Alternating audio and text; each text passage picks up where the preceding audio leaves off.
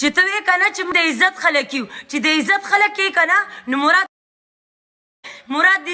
دې نرس شي او تکړه دې شي او تا دې په کور باندې کښېنئ زه به یا ومنم چې پښتون دی او د پښتون د ګڼه پیدا دی او تا په حیا باندې ساتي خدای او رسول ته وګورئ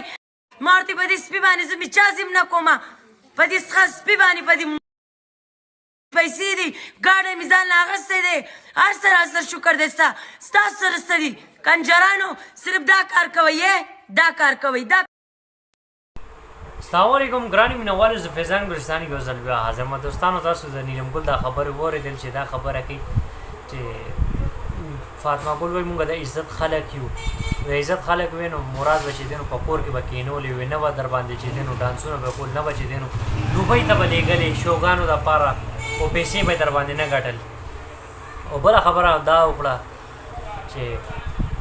ما سره خو ښه پیسې دي او دا متیازن باندې زه په دې باندې څوک یم دا متیازن دی نو هر یو انسان چې دی نو متیازې کوي متیازن دی په دې کې چې دی نو مراد داسې مخلوق خو نشته څه به یم اوس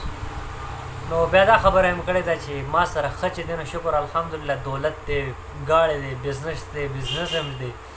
او بس تاسو چې دی نو هغه کار کوئ دا تاسو دوستانو صحیح کړل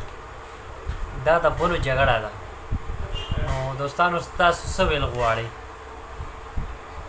د فاطمه ګل هغه د نیلم ګل خبرې واورېدې بیا د فاطمه ګل به واورېدې اوس د نیلم ګل خبرې واورېدې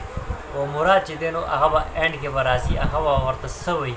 نو تاسو د مراد هغه خبرې به هم واورئ نو واضحه خبره ده دې ټایم کې چې دی نو دی دوبۍ کې ناست دي فاطمه ګل نیلم ګل دی ټول په دوبۍ کې ناست دي او